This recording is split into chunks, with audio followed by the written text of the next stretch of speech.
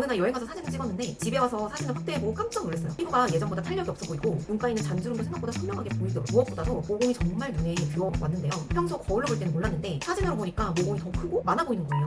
여러분 혹시 요즘 거울을 볼 때마다 이런 생각 해보신 적 있으신가요? 왜 갑자기 얼굴이 늙어 보이지? 모공도 전보다 커진 것 같은데? 그 순간 머릿속이 하얘지죠. 아, 나 벌써 피부가 처지나? 이 모공이 나중에는 주름처럼 되는 거 아닌가? 화장도 자꾸 뜨는데 이제 시술을 받아야 하나? 저도 압니다, 여러분 마음. 탄력이 떨어졌다, 모공이 처졌다 라는 말 자체가 뭔가 무섭잖아요. 그런데 말이죠, 아직 너무 늦은 건 아니에요. 아직은요. 지금은 피부가 보내는 관리 신호에 가까워요. 마치 살짝 늘어나기 시작한 고무줄 같은 거죠. 그런데 이게 뭐가 문제냐면요, 그냥 놔두면 모공이 점점 세로로 길어 보이고 주변 잔주름까지 더 선명하게 보일 수 있다는 거예요. 제가 생각하기에 피부 관리에서 가장 중요한 건 모공이거든요. 그래서 20대 때부터 관리해 왔어요. 저는 피부 관리에서 모공 관리를 정말 중요하게 생각해요. 모공이 도드라지기 시작하면 피부결부터 화장, 탄력까지 무너지거든요. 그래서 또래보다 더 나이 들어 보일 수 있어요. 자, 그럼 비싼 화장품 하나만 바르면 끝나는 건가요? 아닙니다. 여기서부터가 진짜 시작이에요. 왜냐하면 피지와 각질은 다시 쌓이고 피부는 다시 건조해지고 탄력이 떨어지면 모공도 다시 도드라져 보일 수 있거든요. 여러분 밭에서 잡초 뽑으시잖아요. 한 번 뽑았다고 끝이 아니죠. 땅이 그대로면 또 나옵니다. 우리 피부도 마찬가지예요. 그래서 저는 집에서 딱 7일 동안 피지,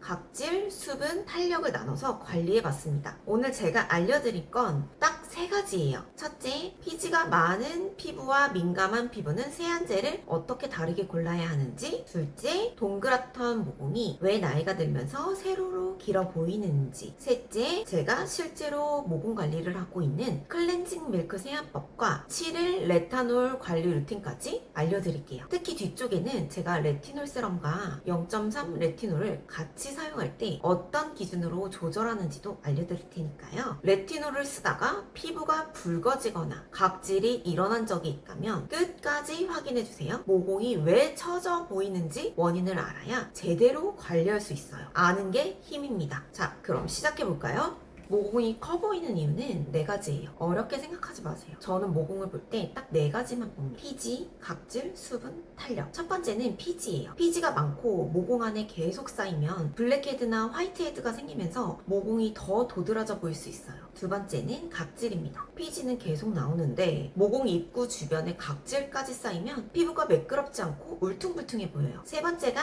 수분이에요. 피부가 건조하면 피부결 자체가 거칠어지잖아요. 그러면 평소에는 크게 신경 쓰이지 않던 모공이나 잔주름도 훨씬 선명하게 보입니다. 마지막이 탄력이에요. 젊었을 때는 모공이 비교적 동그랗게 보였다면 나이가 들면서 피부 탄력이 떨어질수록 모공이 아래로 길게 늘어진 것처럼 보일 수 있어요. 우리가 흔히 말하는 세로 모공이죠. 그래서 특히 30대 때부터는 피지만 없애려고 하면 안 되는 것 같아요. 피지와 각질을 정리하면서 수분도 채워주고 탄력까지 같이 들어가야 하는 거죠. 저도 그래서 이번 7일 동안 이 4가지를 나눠서 관리했습니다. 그런데 7일이면 정말 모공이 줄어들까요? 여기서 이 말씀은 꼭 드릴게요. 7일을 관리한다고 모공이 갑자기 없어지지는 않아요. 저도 모공이 완전히 사라진 건 아니에요. 제가 7일 동안 관리하면서 느꼈던 건 피부가 전보다 덜 거칠어 보였고 화장이 조금 더 매끄럽게 올라가고 특히 사진 찍으면 세로로 길어 보이던 모공이 전보다 덜 도드라져 보였어요. 저는 오히려 이게 중요하다고 생각해요. 일주일 만에 기적을 만들겠다는 게 아니라 꾸준한 관리를 하면서 주름이 생기지 않게 관리를 하는 거예요. 그래서 모공 관리를 하면서 내가 지금 피부를 너무 자극하고 있지는 않은지, 내 피부에 어떤 세안이 맞는지, 레티놀은 어느 정도까지 사용할 수 있는지 이걸 찾아보는 거예요. 그럼 지금부터 제가 실제로 어떻게 관리했는지 보여드릴게요. 첫 번째 모공 관리 시작은 세안이에요. 저는 세안할 때 클렌징 밀크를 사용하고 있어요. 왜냐하면 저는 피부가 민감한 편이거든요. 예전에는 피지가 많으니까 무조건 뽀득뽀득하게 씻어야 하는 줄 알았어요. 그런데 그런데 그렇게 씻고 나면 얼굴은 당기고 조금만 자극적인 걸 발라도 따가운 거예요. 그래서 지금은 피지로 억지로 벗겨내는 것보다 부드럽게 녹여서 씻어내는 쪽으로 관리를 하고 있습니다. 클렌징 밀크를 사용할 때는 마른 손, 마른 얼굴에서 시작해요. 클렌징 밀크를 충분히 덜어서 얼굴 전체에 펴 발라주고요. 손끝에 힘을 빼고 30초에서 1분 정도만 부드럽게 롤링해줍니다.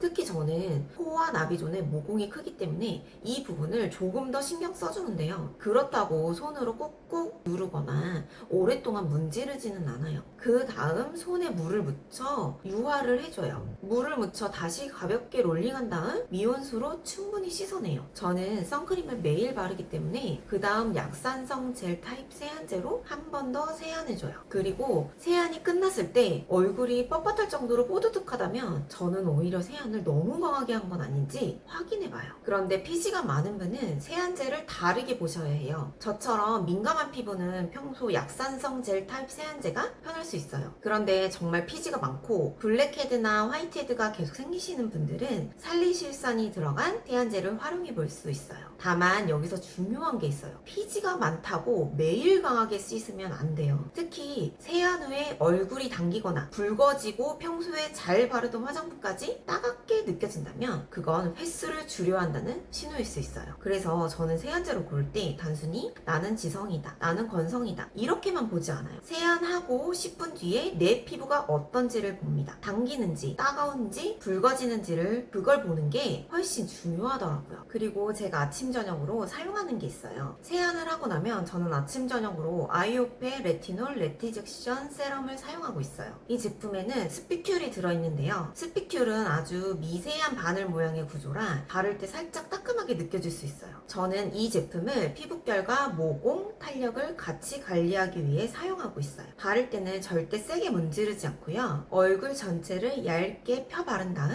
손으로 가볍게 눌러줘요. 특히 제가 사진을 보고 충격받았던 볼 쪽 세로 모공과 피부결이 거칠게 느껴지는 부분은 조금 더 신경 써서 발라줍니다. 그리고 보습크림으로 마무리를 해요. 이 보습도 저는 정말 중요하다고 생각해요. 예전에는 제가 피지가 많으니까 크림을 많이 바르면 더 번들거리고 모공이 막힐 것 같은 느낌이 있었어요. 그래서 보습을 대충 할 때가 많았거든요. 그런데 피부가 건조해지니까 모공이 오히려 더 눈에 띄고 화장도 예쁘게 안 먹더라고요. 그래서 지금은 피지가 많은 날에도 보습을 아예 빼지는 않습니다. 그리고 아침에는 마지막에 선크림도 꼭 발라주고 있어요. 그리고 모공 관리에서 제가 중요하게 보는 성분이 레티놀이에요. 레티놀 하면 보통 주름 화장품부터 생각하시잖아요. 그런데 저는 모공 관리할 때도 레티놀 중요하게 보고 있어요. 왜냐하면 레티놀은 피부결을 매끄럽게 관리하고 잔주름이나 탄력 관리에도 도움을 줄 수 있기 때문이에요. 특히 저처럼 나이가 들면서 동그랗던 모공이 아래로 길게 늘어져 보이기 시작했다면 피지만 계속 없애려고 하기보다는 피부결과 탄력을 같이 관리해주는 게 중요해요. 물론 레티놀을 바른다고 모공 자체가 갑자기 다치거나 없어지는 건 아니에요. 하지만 피부결과 탄력을 함께 관리하면서 결과적으로 모공이 덜 도드라 보일 수 있도록 관리하는 데 도움을 받을 수 있다는 거죠. 그래서 저는 아침 저녁으로 레티놀 세럼을 사용하고 있고요. 저녁에는 피부 상태를 보면서 0.3 레티놀도 이틀에 한 번 정도 사용하고 있어요. 레티놀은 이렇게 사용하고 있고요. 그런데 여기서 정말 중요한 게 있어요. 제가 이틀에 한 번 사용한다고 해서 레티놀을 처음 사용하는 분은 똑같이 따라 하시면 안 돼요. 저는 이미 레티놀을 꾸준히 사용하면서 피부가 어느 정도 적응한 상태예요. 처음 사용하는 분이나 피부가 민감한 분들은 낮은 농도부터 시작하시고요. 사용 횟수도 천천히 늘려주세요. 레티놀은 많이 바르고 자주 바른다고 더 빨리 좋아지는 성분이 아니에요. 오히려 처음부터 욕심내서 사용하면 피부가 붉어지고 따갑거나 각질이 올라올 수 있어요. 저도 민감한 피부라 날짜를 정해놓고 무조건 사용하지는 않아요. 그날 피부가 괜찮은지가 먼저예요. 제가 사용한 세럼과 레티놀을 같이 사용하는 날도 있는데요. 먼저 세안을 최대한 순하게 해주고 그 다음 스킨 앰플을 바르고요. 그 다음 세럼을 바르고 피부 상태가 괜찮은 날에는 레티놀을 바르고 있어요. 세로 모공이나 주름이 고민되는 부위에는 소량 덧발라주고 있고요. 마지막에는 보습크림을 충분히 발라주는데요. 대신 두 제품을 같이 사용하는 날에는 저는 살리실산 세안제나 필링패드, 스크럽처럼 자극이 될 수 있는 제품은 같이 사용하지 않아요. 그리고 꼭 확인하는 게 있습니다. 세안할 때 피부가 따갑다, 평소보다 얼굴이 붉다, 크림을 바를 때 화끈거린다, 입가나 콧방울 주변에 각질이 많이 올라왔다, 이런 날에는 레티놀로 씌워줘요. 조금 예민한 날에는 레티놀 세럼과 보습크림 정도만 사용하고요. 피부가 많이 예민한 날에는 기능성 제품도 씌워줘요. 저는 이게 정말 중요하다고 생각해요. 정해놓은 날짜보다 오늘 내 피부 상태가 먼저입니다. 그럼 제가 실제로 한 7일 루틴을 정리해 볼게요. 여기서부터는 캡처해 두셔도 좋아요. 저는 세안 후 스킨과 앰플은 매일 사용하고 있고요. 그 다음 세럼을 바르고 재생크림 순서대로 바르고 있는데요. 스킨과 앰플은 중복돼서 생략하고 말씀드릴게요. 1일차에는 클렌징 밀크로 메이크업과 피지를 부드럽게 녹여줍니다. 저처럼 피부가 민감하다면 약산성 젤 타입 세안제로 마무리하고요. 세안 후에 아이오패스 세럼과 재생크림을 발라줍니다. 2일차에는 피부가 레티놀에 적응한 분이라면 0.3 레티놀을 사용하는 날이에요. 처음 사용하시는 분은 0.75나 0.1부터 사용해보시는 걸 추천드릴게요. 저는 아이오패스 세럼을 먼저 바르고 레티놀은 고민 부위에만 소량 사용하고 재생크림으로 마무리해줘요. 처음 사용하는 분들은 이번 7일 동안 한 번만 사용해도 괜찮아요. 3일차에는 피부 상태를 확인하는 날이에요. 피지가 많고 피부가 편안하다면 살리실산 세안제를 활용할 수 있고요. 피부가 민감하거나 당긴다면 약산성 세안제로 넘어갑니다. 그리고 아이오패스 세럼과 재생크림. 4일차에는 쉬어가는 날이에요. 세안을 순하게 하고 수분과 보습에 집중해주세요. 저는 이런 날을 중간에 꼭 넣어줍니다. 5일차에는 다시 피부를 확인해요. 피지가 많이 올라왔다면 각질 제거로 활용할 수 있지만 피부가 예민하면 생략해요. 무조건 날짜에 맞춰 각질을 제거하는 게 아니라 피부 상태를 확인해보고 결정하는 거예요. 6일차에는 피부가 괜찮다면 저는 레티놀을 다시 사용합니다. 그런데 붉은기나 따가운 각질이 있다면 과감히 씌워주세요. 하루 더 바르는 것보다 피부를 편안하게 유지하는 게 더 중요해요. 수분 관리는 충분히 해주는 게 좋아요. 마지막 7일차는 저는 강한 관리를 추가하진 않아요. 순하게 세안하고 아이오패스 세럼과 보습크림으로 마무리해요. 평소 잘 맞는 수분팩이 있다면 이런 날을 사용해도 좋고요.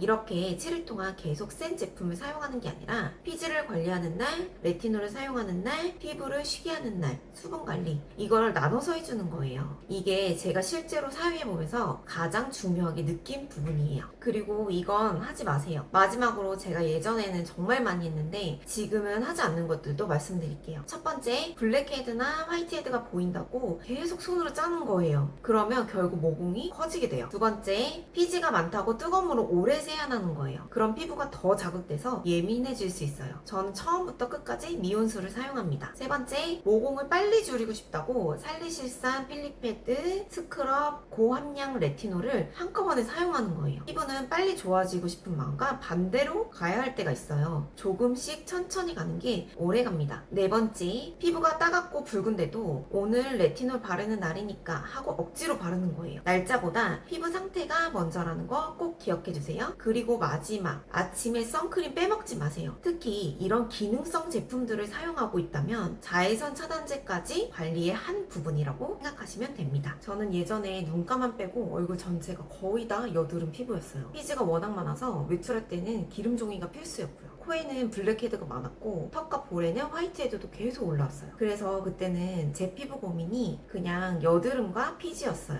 기름만 덜 나왔으면 좋겠다. 블랙헤드만 없어지면 좋겠다. 여드름은 언제 없어지지? 이 생각을 정말 많이 했거든요. 그런데 나이가 드니까 고민이 또 달라지더라고요. 어느 날 여행 가서 사진을 찍었는데 집에 와서 사진을 확대해보고 깜짝 놀랐어요. 피부가 예전보다 탄력이 없어 보이고 눈가에 있는 잔주름도 생각보다 선명하게 보이더라고요. 무엇보다도 모공이 정말 눈에 들어왔는데요. 평소 거울로 볼 때는 몰랐는데 사진으로 보니까 모공이 더 크고 많아 보이는 거예요. 그런데 자세히 보니까 예전처럼 그냥 동그란 모공이 아니었어요. 아래로 길게 늘어진 것처럼 보이는 모공들이 있더라고요. 그때 정말 이런 생각이 들었어요.